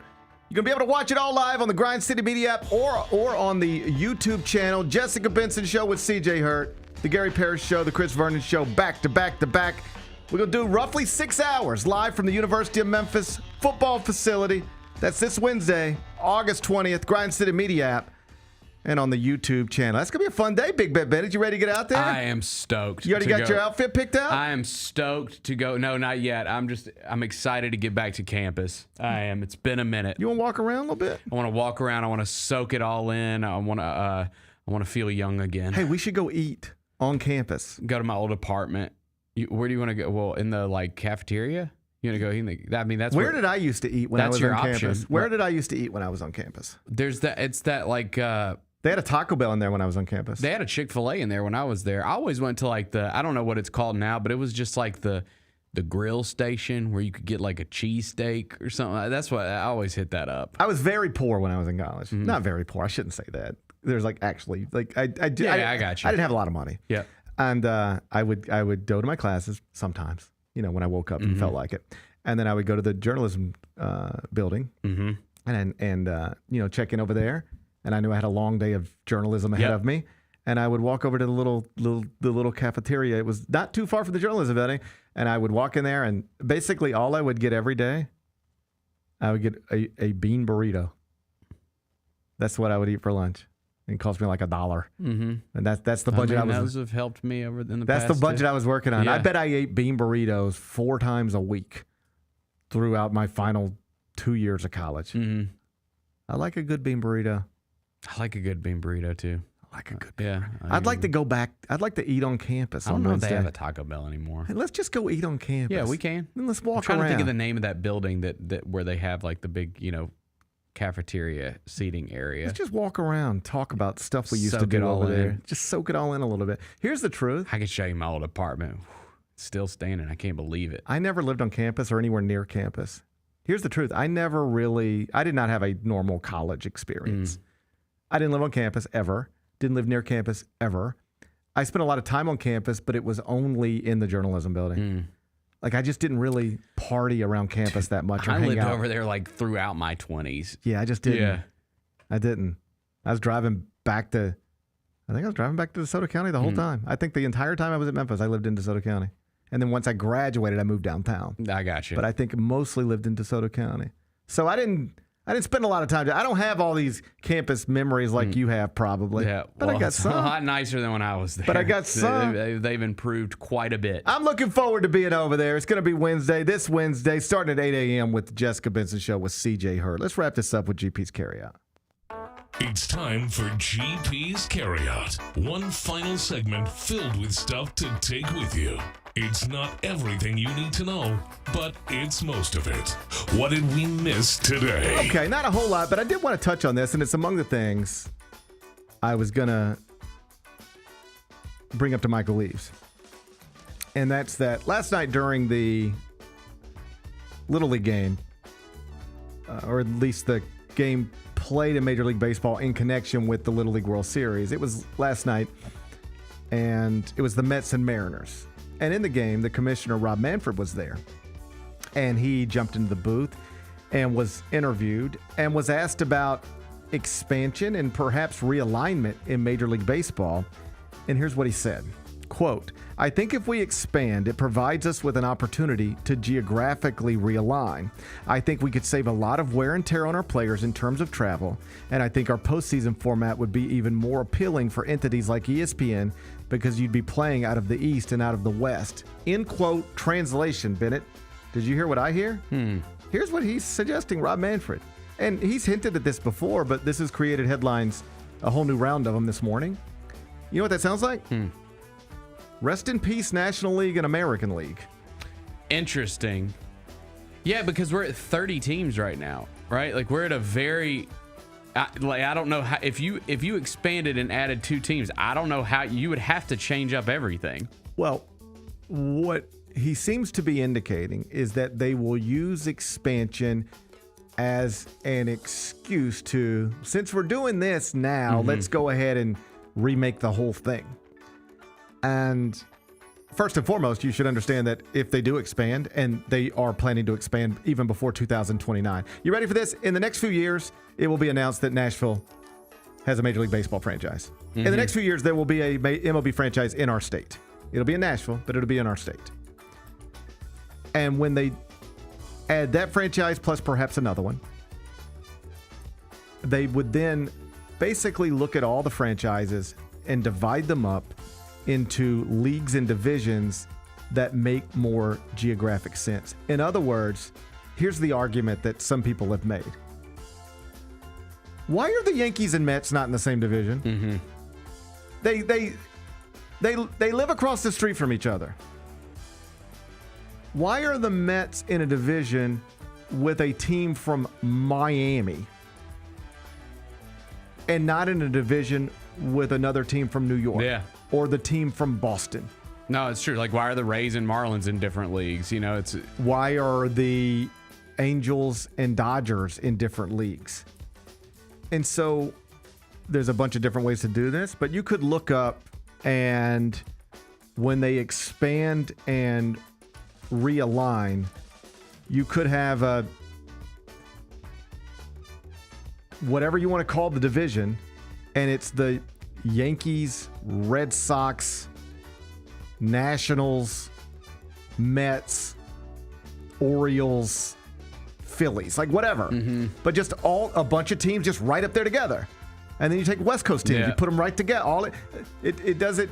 The Giants and the Angels should be in the same division. All right, where are we going besides Nashville? Where you want to go? I do not think Vegas can handle another professional sports team. Well, let's just look at what pops up. It's going to say Vegas. I do not think MLB would work long term in Vegas. I do not. ESPN has had an article posted on this within the past year and a half or so. Nashville, obviously. It's one of them's going to be Nashville. I think so too. All right, let's see. I'll let you pick. Okay. Can I interest you in San Antonio? Man, that's San Antonio's become a real like destination place. You know, I know they obviously have a professional team that they love in the Spurs, but like people go to San Antonio. That's a popping off part of the country now. Can I interest you in Montreal again? I mean, we tried. We tried, but hey, once upon a time we had tried, say, Baltimore. We tried it again. That's true. Worked out fine. That's true. All right. So Montreal, Nashville's here on the list. Orlando. Orlando would actually be a good one. That makes a lot of sense too. Yeah. That makes a lot of sense. Yeah, you get a lot. Same reason Nashville makes sense, Orlando makes sense. But I mean, we have seen that it doesn't. Florida baseball, the attendance is bad. In Miami, Isn't it bad in Tampa? Yeah. It ain't great. But what people will tell you about Tampa is that's a stadium issue. Yeah, okay. The stadium's far away from where it needs to be and bad. Gotcha. So they would argue that's a stadium issue. Miami, the problem down there is it's a bunch of transplants. Yeah. The people who go to baseball games, the people who are baseball fans, they go to fans, see their own team. They're Mets fans and Yankees fans. It's a bunch of New Yorkers who live down there. So, like, if you ever turn on a Marlins game, there's nobody there unless they're playing the Yankees. Then everybody's there. They're playing the Mets. Then everybody's there. Like, the Marlins Miami's filled with Yankees and Mets fans. It's a bunch of New Yorkers going to baseball games. And I said I don't think Vegas can handle another team because and I know that the Athletics are planning to go to Vegas, but that appears more uncertain than it ever has been. Can I interest you in Portland? Yeah, that would be cool. Portland? That would be cool. Raleigh, North Carolina? I think that would work. That would work big time. Charlotte, North Carolina. I think North Carolina would support baseball. Yes. San Jose, California. I don't think we need another one of those. We got San Diego, San Francisco, a couple of LAs. I think we're good. Relax. I think we're good there. Let's relax out there. Salt Lake City. I bet they'd support. Yep. Why do you think Salt Lake City would support? They support all their teams. Okay, I'll accept that answer. I was going to see if you'd say something else, but I'll accept that answer. What, white people love baseball? I mean, there ain't nothing Salt Lake City wanted more than a Cooper Flag and a baseball team. Right. And, buddy, if they could get Cooper Flag to play baseball, that'd have been the best, wouldn't it? Yeah. The news is that expansion is coming to Nashville and somewhere else, and when we get that, we are probably getting realignment where it makes just everything about the divisions and the leagues make more geographical sense, and it could be the end of the American and National League. I guess you could still have an American League and a National League, like call them that, the same way we still have a Pac-12 and call it that, but the American League teams as you know them today are not all going to be American League teams going forward. And the National League teams as you know them today are not all going to be National League teams going forward. We might keep National League and American League as symbols, as leagues, but the Yankees could be in the National League.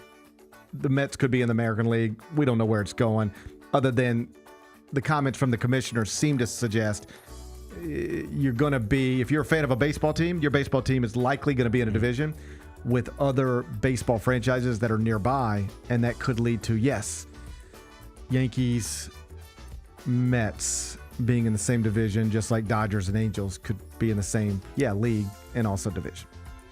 What's today's biggest game? First off, congratulations. I don't even know if you know, but on Friday night, Big Bet Bennett, you recorded I do know. 250th career victory since joining Grind City Media. Shout out to the Seahawks. Big 250. Big 250. That's a nice round number. That's a milestone. Yes. This is what we call a milestone. Like if I'd have thought about it, I'd have got you a basketball or something and got them to print like 250 on it. Plaque would have been nice. Like to commemorate your we'll 200. Do it on the next milestone. The next we'll call it 500. Okay. I'll prepare for the 500. You're now 250, 222, and 4. You're up 4.3 units on your career. Not bad. Way better than where you used to be. Tonight I'm taking you to Barclays Center in Brooklyn, New York. It's the Lynx and the Liberty. Oh boy. It's the Lynx and the Liberty. All right. Lynx are 28-5, Liberty 21-13. Oh, this is a good one. This is a good one. The Lynx are 1.5-point favorites. Total's 167.5. How you going to act? How you going to act? The Liberty struggle with the great teams.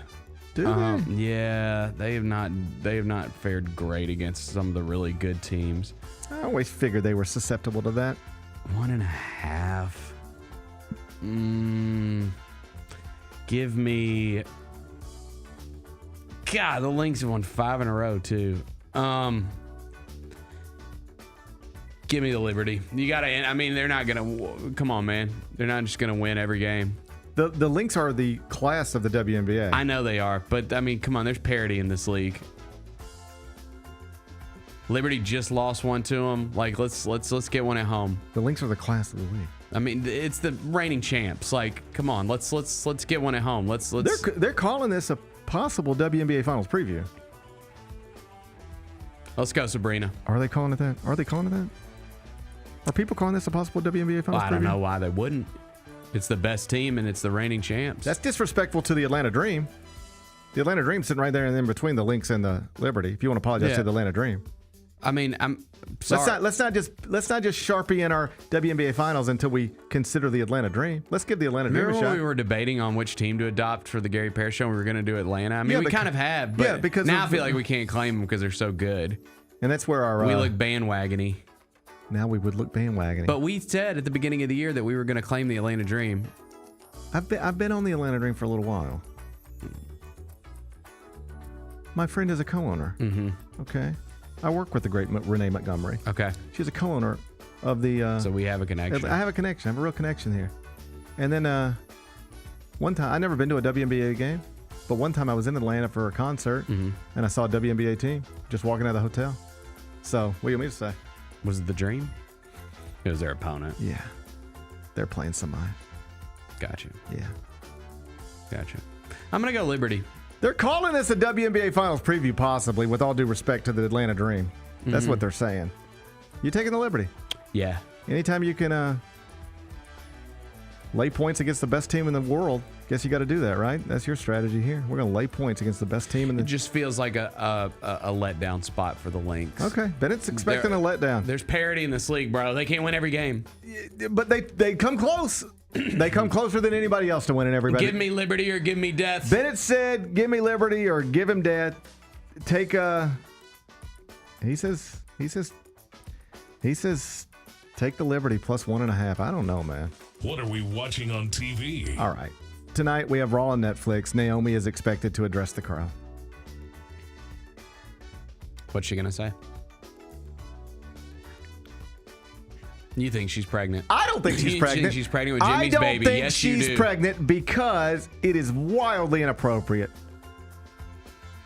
for a man to be speculating on whether or not a woman is carrying child or not. Yeah, that's true. It's not my place to do that. Nor mine. All right? But the internet is doing it. The internet's doing it. The internet believes Naomi is pregnant. The internet believes Naomi is carrying a little oose inside of her. She has a little oose in her belly. The internet says Naomi allegedly has a oose in her belly. You think she's got a oose in her belly? I want to see if you'll speculate on it. I'm going to say I don't know. Yeah, I'll be careful. It's not my here. place to speculate. It's not my place. But the internet is speculating, and they think Naomi is carrying a little oose. And therefore her women's title might have to be vacated. If you can't defend it, you can't keep it. So then we'll get some sort of tournament for Naomi's belt. And we need to put the belt on Rhea Ripley. What are we doing? Yeah. By the way, SmackDown sucks now. There's nobody even on it Friday night. Did you watch that Friday night? There's nobody on it. Like Drew McIntyre's the star of SmackDown now. I didn't watch it. They got real problems on that Friday night show. They got real problems. All right. Naomi might be carrying a little ooze. That's what the streets are saying. Okay. So she's going to address. Well, you know what? Just a few hours now. Let's let Naomi speak for herself. Yeah. Why don't we let Naomi speak for herself? I'll be locked in. I'm going to be locked in. I got to talk to you about something, though. What's up? So we were talking about weapons last week. Yeah. Not our favorites. The film. Great film. Bennett says a great film. It's 97% approval on Rotten Tomatoes. Mm-hmm. So,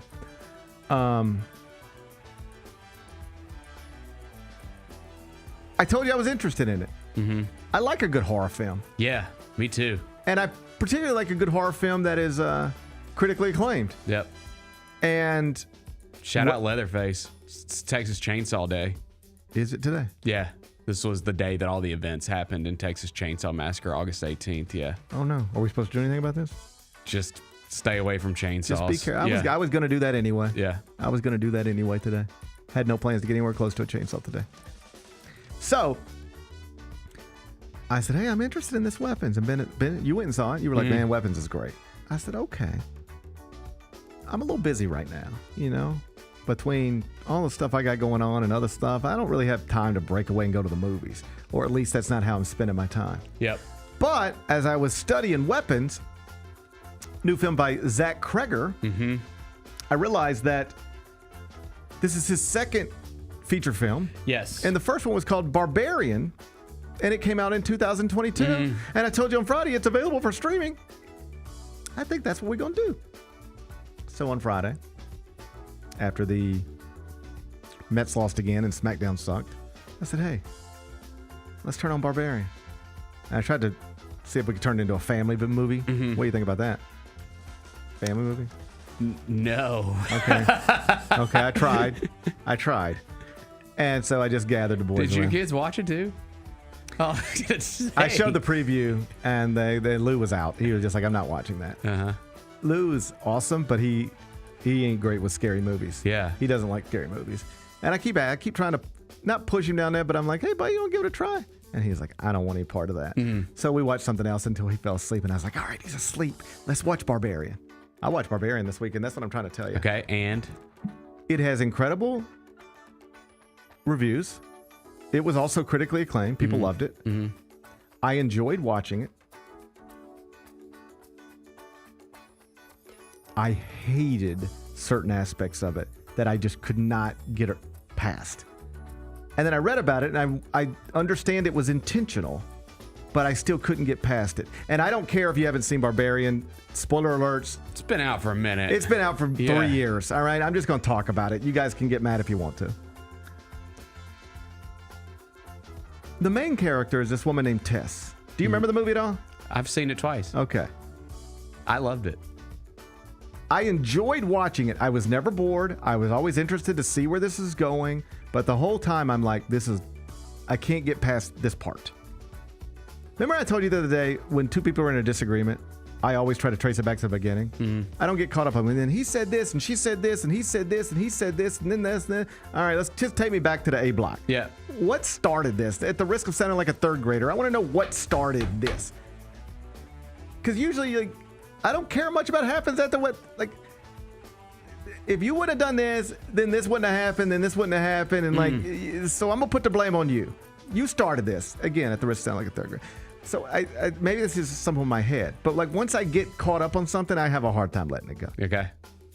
So this woman, Tess, there is nothing that she does in this film that is anything a normal person would do. And my hang up on this isn't that there were things that happen in a horror film that seem ridiculous, because that's like the nature of it, right? Freddy Krueger is ridiculous. Jason is ridiculous. Mike Myers is ridiculous. Texas Chainsaw Massacre. It's all ridiculous, right? Even this woman, the mother, crazy That creature. was a reveal. Okay. Even that's ridiculous. It's all ridiculous, right? I don't have any issue with that. That you sort of have to sign up for that when you start the thing. But the main character, this woman, Tess, is presented as a normal woman. The only reason she's in Detroit is to interview for a serious job that only a serious person would be interviewing for. Based on everything we know about this woman, she's a real person who makes good decisions.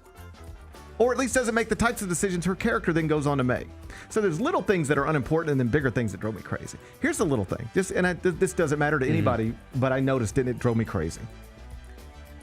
For people who don't know, the premise of the story is this woman, she's traveled to Detroit to interview for a job. She got an Airbnb. She goes to check into the Airbnb at night. It's nighttime. It's raining. Weather's bad, everything. Guy opens the door. He's like, what are you doing here? She's like, I rented this place. He's like, no, I rented this place. And it's like, oh my God, we're double booked. He's like, listen, well, if you just want to come in, and she's uneasy about it, but she does it, right? At some point, she's like, well, let me just see if I can find a hotel. Rather than stay in this Airbnb that's double booked, she's like, okay, we're in Detroit. I'll just try to find a hotel. She picks up her phone and calls the Hilton and is like, so I was just seeing if you have a room available. And they're like, no, there's a convention in town. We don't have a room available. Oh, okay. First off, that is not how you would try to find a hotel. You wouldn't just start calling hotels, would you? Would you? No. You'd get online. You'd get online and you'd look for hotels. Yeah. So two things are true here. First off, you would be able to find a hotel in Detroit. It's Detroit. All right? You'd be able to find a hotel. Secondly, there's a convention in town. You would be able to find a hotel in Detroit. Okay. Okay? You just would. All right? Secondly, you would never look for a hotel by calling hotels. That drove me crazy. I know it doesn't matter. That is a weird hang up. I know it didn't matter, but I was like, why is this lady calling hotels? This is stupid. This is not the way you would do this. All right? But then the other stuff comes. She can't find a hotel. That part's not believable. So she decides to stay the night with this person she just met. Actually believable. I don't have a situation here. She's skeptical that she should be doing it, hesitant, but ultimately the guy seems like a nice guy. Yeah. Seems like an innocent mistake. He's kind of cute. They're vibing a little bit. She's got her own room. She's going to lock the door. It'll be fine, I'm certain. All right? She does that. I'm fine with that. Yep. In the middle of the night, her door opens. In the middle of the night, she hears crazy sounds. She wakes up the next morning, walks outside, sees the neighborhood that she's in. She didn't notice it in the dark, but it's completely run down. It's the only house there. She goes for the job interview. The person who interviews her says, hey, where are you staying? She tells her. And the lady's like, be careful. You don't need to be staying there. Yeah. Like, just seriously, you shouldn't be there. Be careful. She goes back there, trying to walk into the house. A guy's running after her. None of this makes any sense. First off, after you hear weird sounds in the middle of the night and your door is open, and I know I'm getting way caught up on all this stuff, but like, you would never go back to that house. You just would. And then the interview lady says, don't go there. You shouldn't be there. You wouldn't go back there. No person would go back there. I think that's true. All right. Then somebody chases you into the house. You would get out of there as soon as possible. Then you discover all these weird rooms underneath in the basement. You wouldn't start walking. You're scared to death. Somebody just chased you. You're hearing weird sounds. She was very brave. Yes. Okay. She was very brave. I was like, this is insane that this normal woman is doing all of these ridiculous things to put herself in these positions. Yeah. All right. Then I was like, but there's got to be an explanation for this. So the guy, Zach Cregers, I went and read a whole interview with him. I got real deep in this. And he's like, this wasn't supposed to be a film. It was just a thought process. It was just like I was writing a scene. And the scene was, he was sort of playing off the idea that women more than men, all people, but women more than men in his estimation, ignore red flags. Just ignore red flags in ways that you shouldn't. And he's like, so I just tried to start coming up with all the red flags I could put in front of this woman and then make her ignore them. And so what he was doing was, and then I just turned it into a film. And so what he was doing was very intentional. But I think there's a difference between ignoring a red flag, even a red flag that not everybody would ignore, like this house is double booked and there's a guy you never met and it's the middle of the night and I'm gonna get out of here, better safe than sorry. That's a red flag, but you ignore that one and just say, it's just easier to sleep here. I'm gonna lock the door. The guy seems like, I get ignoring that one. I don't get ignoring the weird sounds. Your door's open. There's somebody chasing you in the neighborhood. The neighborhood is a complete mess. The person at the interview says, don't go there. You shouldn't be there. Nobody would ignore all those red flags. And I could not 2 thumbs up the film because I couldn't get past all the nonsense that this woman would have left this place 1,000,000 times before going back there the way she went back there over and over and over again. I didn't like it. I just loved the big twist halfway through the movie. I thought it was so good. I thought the casting of Bill Skarsgård's character was so good because on a second watch of it, because I rewatched it again recently, he seems like the nicest guy ever. Like there's not, but you think for a while, something's up with this dude. And there's nothing up with that guy. And the reason I think that is because he was Pennywise, like he played Pennywise, and so you just think of him as a creepy guy, and so you're just assuming, oh no, this dude's a creep. But then I went back and rewatched it. I'm like, he seems like he's just the nicest guy. Yeah, he's the nicest guy ever. Why did we think he was such a creep? Because you're conditioned to think he is. Yeah. I just thought there was so many. I understand what he was doing was intentional, but I couldn't stand just knowing. Once that job interview's over, in real life, this woman, even if this is a woman who is conditioned to ignore red flags, there is no scenario where a woman who is serious enough about life to be in a position to interview for a job like this would go back to that home. Just would not happen. It just would not happen. And once that happens, then I can't forget that it shouldn't happen. What'd you think about Mama? She was wild. She's a little scary. She was wild. Yeah, she was a little scary. She was wild. I want to be clear. I enjoyed watching the movie. I'm glad I watched it. I enjoyed watching it. I just thought that this main character keeps doing things that even unreasonable person would do. And forget even the gender aspect of it. You ready for this? Gary Parrish goes to Detroit to interview for a job, ends up in this exact same situation.